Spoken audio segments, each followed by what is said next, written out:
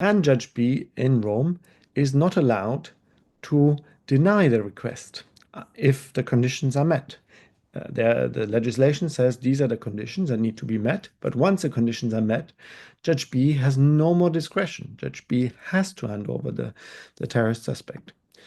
Um, there's also the abolition of a dual criminality principle. Now, in law, it was usually like that in order for a terrorist suspect to be handed over, it had to be defined as a terrorist crime or as a crime in general, but for the same crime in country A and in country B. Both countries had to define it as a crime. Now that's no longer necessary. Now the crime needs to only be defined as a crime in country A, and it doesn't need to be defined in country B as long as it's on the list of the crimes that extradition is abolished for.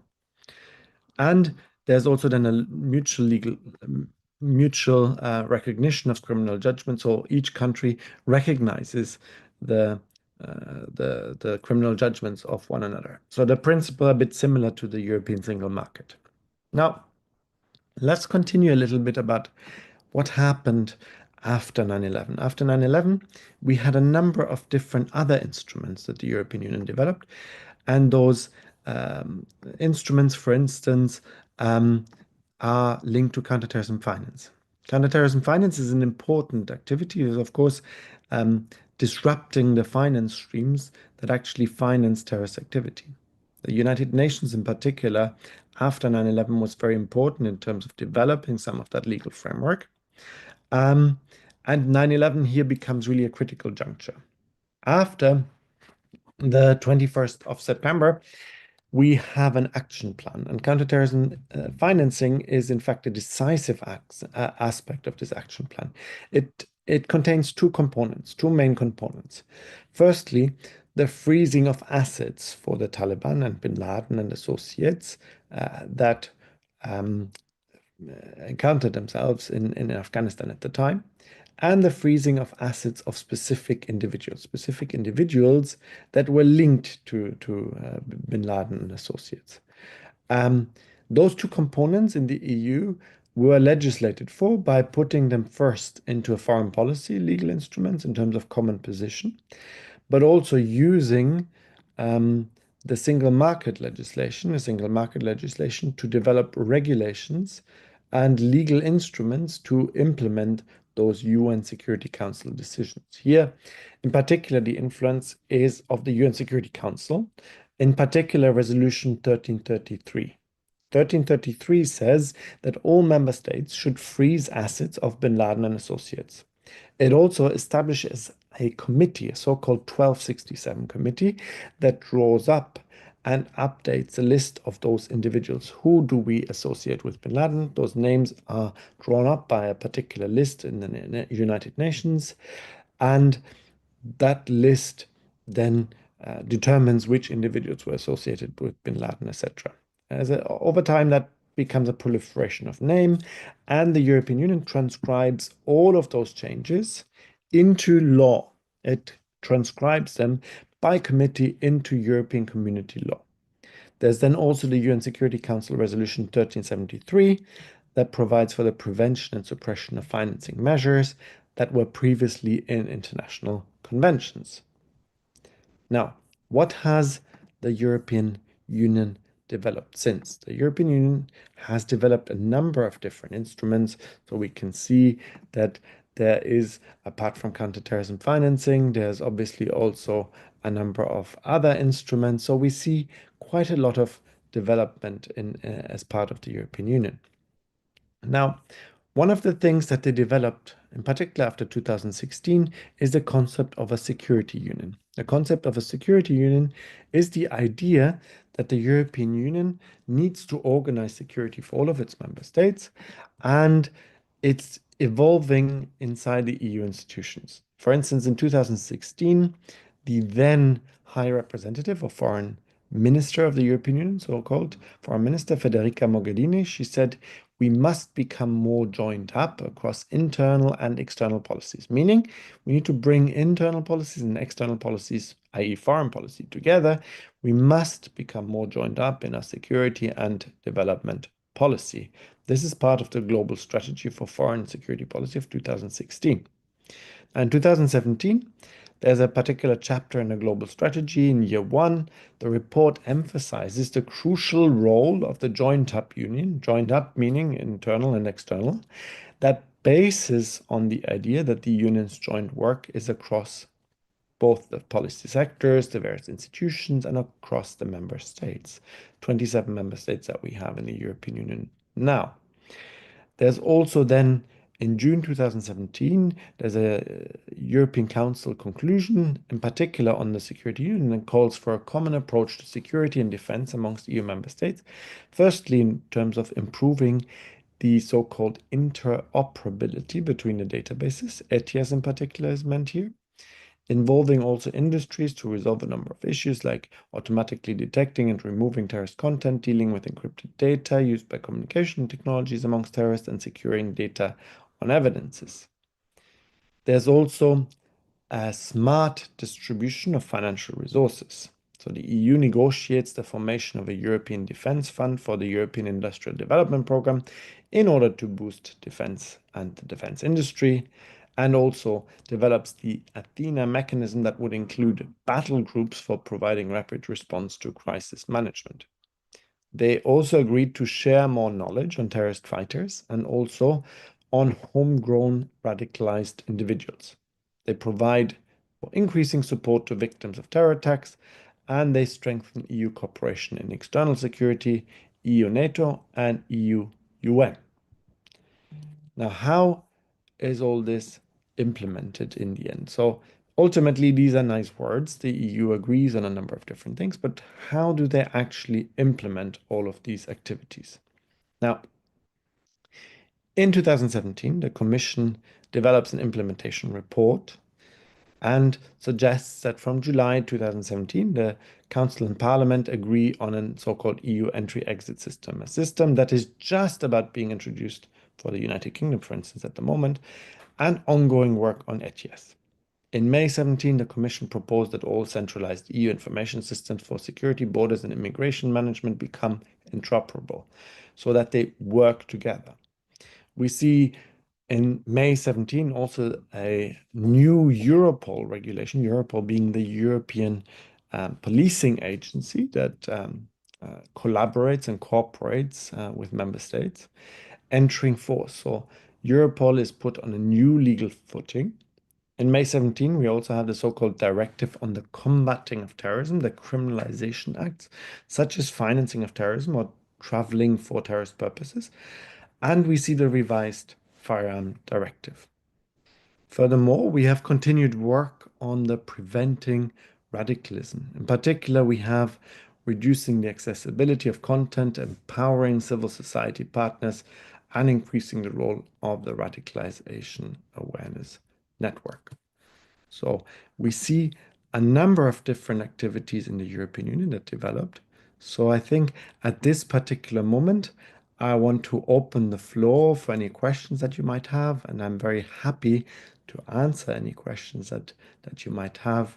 Feel free to ask me any questions on Europe, on counterterrorism, on security. I'm very happy to open the floor now and ask and answer any questions. Thank you.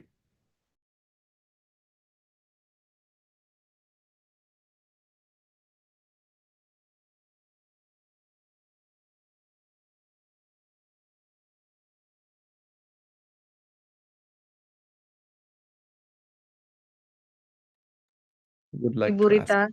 Rita, we cannot hear you.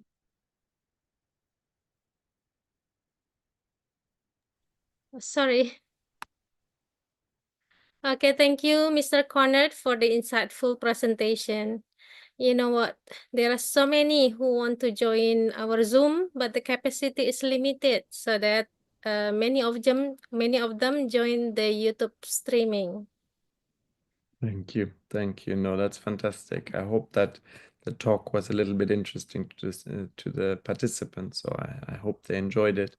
So any question that they might have, I'm here. I'm very willing to answer anything, also about how the European Union might work in general, or anything that you might be interested in. Okay, it is indeed Okay, audience, welcome in the question and answer session. I'll divide the session into 2 or 3 sessions depending on the allocated time. Each section consists of 3 questions. The questions can be asked directly by raising hand or written in chat. Please keep the question brief and focused. Any raising hand? Hello? Yeah. Anyone wants to ask question directly? Me? Oh, yeah. Okay. Please introduce yourself first, and then you can ask the question. All right, thank you. My name is Radin Haryo Pandudewanto. You can call me Haryo. So I would like to ask 2 questions. The first one being, so what was the goal of the act of terrorism itself? Are they trying to spread some kind of message to the whole world, to a wide range of public or groups that they have some kind of power, maybe? And the second one, does terrorism have to be in the physical sense? If not, then what would be the example? Thank you. Thank you. Can I just clarify your first question? So, could you say that again, the first question? Oh, okay. So what was the goal of the act of terrorism itself?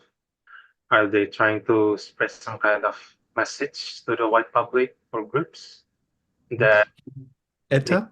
Did I understand correctly, ETA? yeah? The goal. Yep. ETA. So ETA is basically a Basque nationalist terrorist group. So they basically wanted to develop a Basque country. If you look at the history of Spain and also of France, you will see that there's 3 provinces in the north of Spain and 3 provinces or 2 provinces in the south of France that are both ethnically and historically they're kind of Basque. Basque is a very different language and ethnicity from France or from Spain, and they've been trying now on the French side. They've become very over the years and over, in fact, the centuries, the French have made them very French. So they no longer speak so much Basque. They no longer feel so much Basque. But on the Spanish side, the Basques, they still have a strong attachment to their language, to their ethnicity, and language that is very old and in fact, very different from Spanish. And their idea was that over time, they would manage to get the Spanish state to agree to develop firstly into an independent country. Ultimately, they also wanted to join the 2 French provinces that were also historically Basque and to create an independent Basque country that would involve both the 3 Spanish provinces and also the 2 French provinces. And in addition to that, they were also in opposition to what was the then fascist dictatorship of General Franco. General Franco, he was aiming to make all of the provinces of Spain more Spanish, because as you know, perhaps Spain has been a very multi-ethnic and diverse country, and General Franco wanted to harmonize it to a certain extent, which didn't really work. And also the Basques, they were very much resistant to that, and they were ones that were leading the charge against the Franco's dictatorship. And they were trying to develop the independent country. In the end, it didn't work. As we know now, more or less the terrorist group, they are now defunct, more or less. They do not commit any terror attacks anymore. They haven't done for a number of years.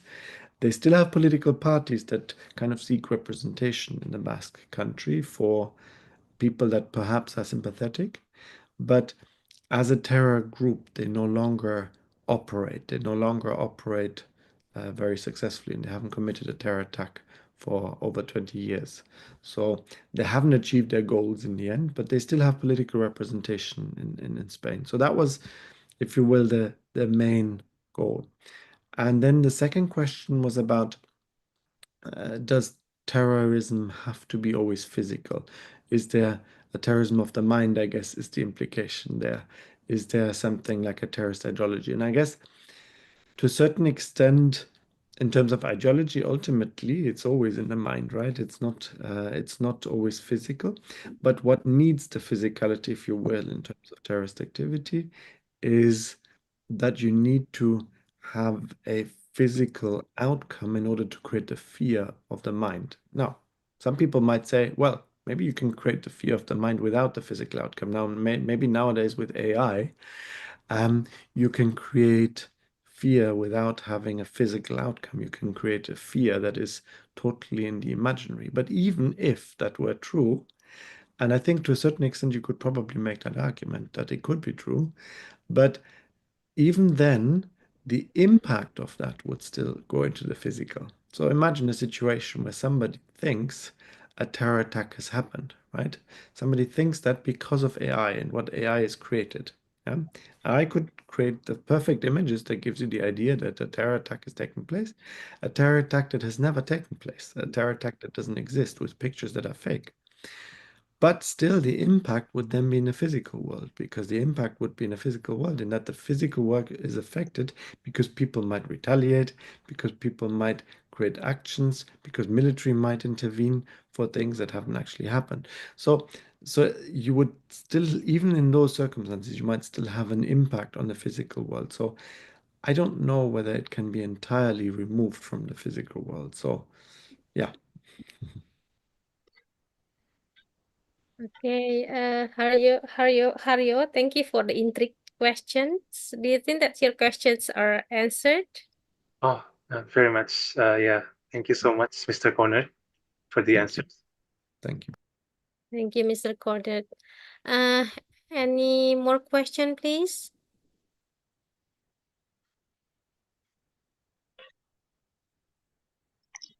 Yeah, anyone? You may also write your question in the chat room.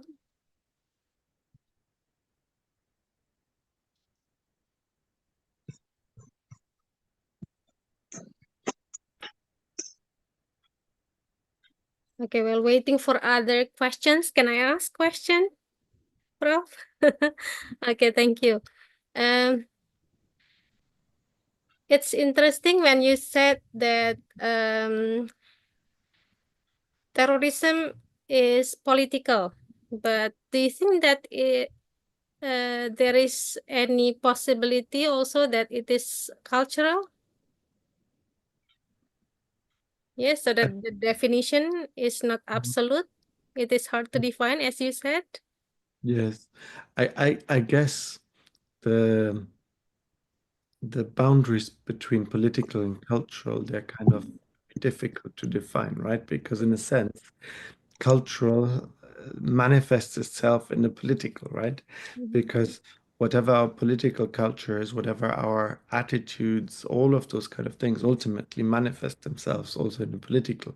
So I would imagine that it's perfectly doable and normal that in fact we have a cultural impact onto the political. Is it possible to have culture without political? I'm not sure. I think obviously you could imagine a situation where we're talking about something relatively banal that is kind of cultural. So perhaps you could argue is not political, although there's nowadays enough scholars that are making the argument that in fact even the banal is political. So in that sense, it's difficult to then see a situation where something cultural is not political. But I think what we see is that we see a very close interaction between the two. So we will see a close interaction, how the cultural affects the political, how the political over time affects the cultural, right? So that is also then the case. And ultimately, it is also then part of our definition, even though maybe we didn't put culture in there, but because of its link to political, ultimately it's there as well. Okay, thank you, Prof. Corner. I agree. Okay, maybe there is any more question? Yeah, Ibu Yulida raising hand. Can you please, yeah, you can ask your question, Ibu Yulida. Okay, thank you, Dr. Rita. Professor Cornet, I have to admit that I'm a bit overwhelming with this, a lot of new terms that we rarely met in our field, linguistics and culture. But because we are from University of Lea, where we provide two language programs, like English and Japanese. I have a question about the foreign language that we should learn aside from the English to be able to survive in today's globalized world, and the awareness of global security. And then my second question is about I would like to know your opinion about how should the increasing importance of global security awareness shape the future of language education, especially in country like Indonesia? Great. Yeah, Thank those you. two are my questions. Thank you. Thank you. I think the first question is a very, very interesting one in terms of, well, what kind of languages shall we learn? I think it's a very interesting one because it's a very difficult one to answer. Because of course, English, as you rightly said, it's the kind of lingua franca in our world. We all manage to talk to one another more or less, because we know English, because we are able to then communicate and so on. But I think there's more to language than a specific language, because one thing I would say is that learning any language at all, even two or three languages, is going to make it so much better and easier to learn the next language, to understand the next culture. So, on a personal level, I know 7 or 8 languages, so I I'm a big fan and advocate of language learning. So I I applaud you there, and I think that's something very, very important. And in that sense, I would say the ability to understand that our own language is not the only language is the biggest thing that anybody should learn. That in fact, the ability to understand that language is a way to communicate with people that don't speak our language, that it's a tool in order to get into other people's culture, into other people's perspectives, into other people's imaginary. And as such, it's a very, very important tool. I think that is the most important language, if you like, the ability to understand beyond your own native language. That languages in themselves are very important and give you a good understanding. So I think that would be my answer to the first question. And the second question, could you Okay. repeat that for me again? Because I sort of forgot. How do you think the increasing of our awareness about global security should shape the language education, especially in country like Indonesia? Yes, I think security is becoming something that I think more and more people realize is shaping everything, because there's a geopolitical dimension that affects us, there is a national dimension that affects us, there's a local and regional dimension. All of those things are ultimately affected by a certain level of security. Without security, in a sense, it is difficult for people, without a sense of security, it's difficult for people to live out their own value system. It's very difficult to maintain their value system. Very difficult ultimately to continue what's important for people. So in that sense, in terms of language education, I think language education is an important tool here, because language education is very important for people to be able to understand one another better. Language education is not only the literal way of understanding each other, Yes. it is also the unspoken understanding, the cultural, the things that are not said but are important in terms of understanding one another. All of those things are part of language education. What is said in some languages and what isn't said in in some languages is also communication. So I think all of those things are very, very important. And as a result of that, I think language education is actually a very important tool also to reduce global insecurities and to bring ultimately people closer together. So for a country like Indonesia that has Yeah. so many different languages and so many different people of different cultures and of different understandings, I think this is vital. And I think it is something that Indonesia has mastered very well. Otherwise, so many different people would not have been able to live together for so many years. So I think that is a testament that people have managed to live with one another very, very well and appropriately. And I think that is something to be cherished and to continue. Couldn't agree more. Thank you so much for your answer, Professor Conrad. Thank you. Thank you for your question, Dr. Yulidar. We still have 5 minutes for the questions. We better use this for the questions in the chat, Prof. The first question, there are 3 questions. The first one, how does one define whether they are a group of terror or freedom fighter when a major political influence is heavily affecting media and how they are portrayed? Yeah, that's a good question. And of course, that's the perennial question in the entire discipline, if you like. How do you distinguish one from the other? I think some people have gone to the fact that they're saying the absolute denial of violence. So people would say that entirely possible to be a freedom fighter, but there's a certain element of violence that is not acceptable, and they would define the boundary between the two, if you will, in that way. Now, historically, it's not always easy to define it that way because we know historical circumstances when this has been slightly more difficult to define in that way. And ultimately, that's what Bruce Hoffman said at the beginning, when I mentioned it in my talk, that you're taking a political position to a certain extent when you are saying somebody is a freedom fighter versus when you're saying somebody's a terrorist, because one is kind of condemning the action, the other one is kind of praising the action. So in that sense, there's clearly a political influence, a political process in play here in terms of saying it. Okay, thank you, Prof. And the second question in the chat, does cyber hack include in the type of terrorism?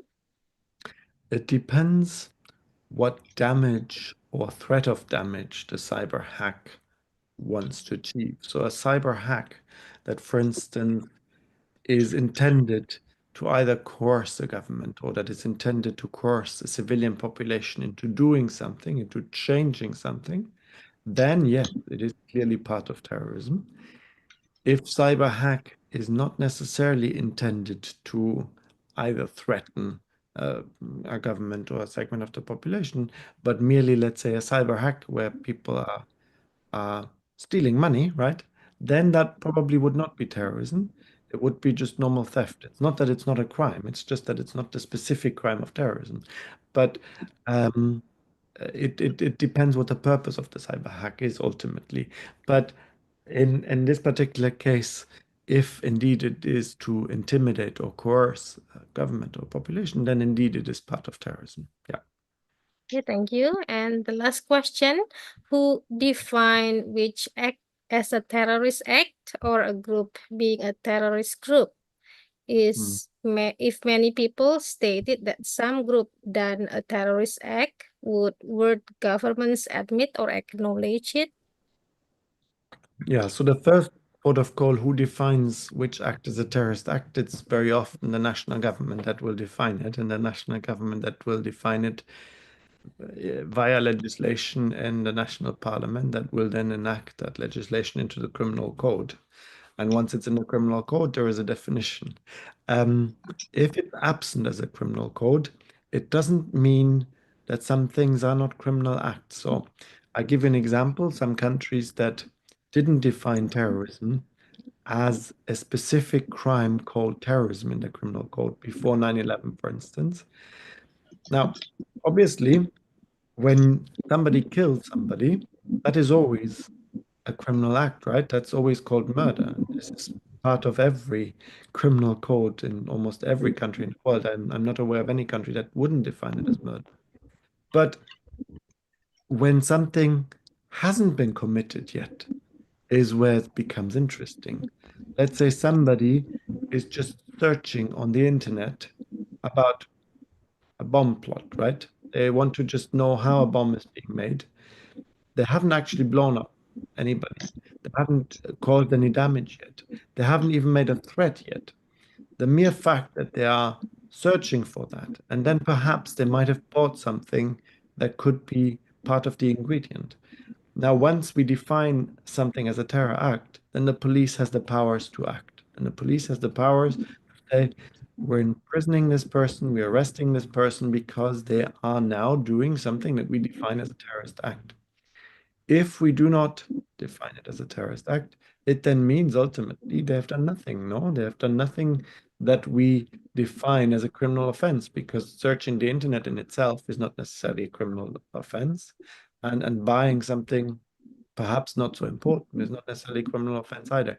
So that's where it's important for governments to then define it so that they can do something. But otherwise, a lot of the activities of terrorism are defined in our criminal code anyway. So people could be arrested for them. But in counterterrorism, you don't want things to happen, right? The whole purpose of counterterrorism is to stop a terror attack from happening. And defining it is a way of managing to arrest people before the actual attack has happened. I think that's why you define it. Yeah, thank you, Professor Conrad, and thank you for the audience for your engaging questions. We appreciate your participation. Now it is time for the committee to have the screen captured. Yeah, please have the camera opened and give a nice smile.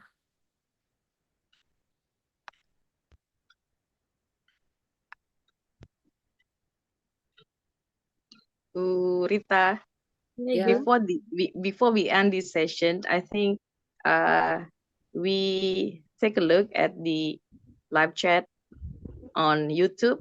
So there are more than 40 participants attending on YouTube, and there is also some question there.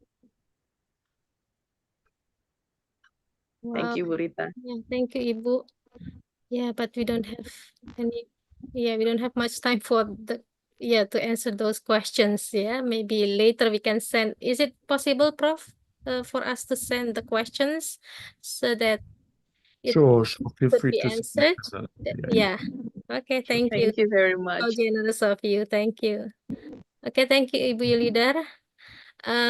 Thank you all for joining us tonight. It has been a truly inspiring and enriching experience, filled with insightful discussion and valuable exchanges of ideas.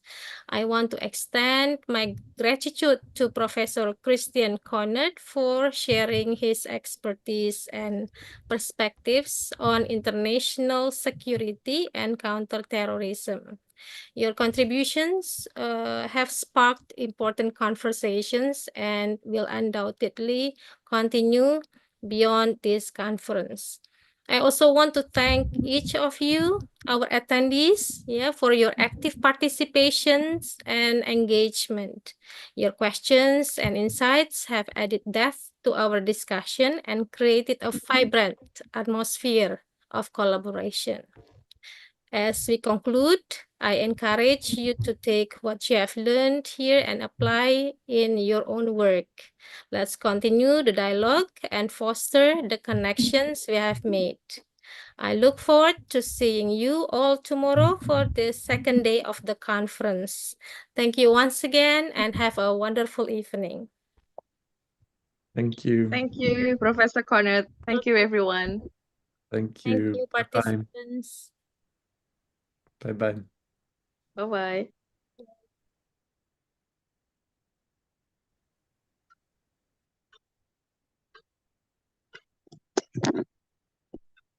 Terima kasih semuanya atas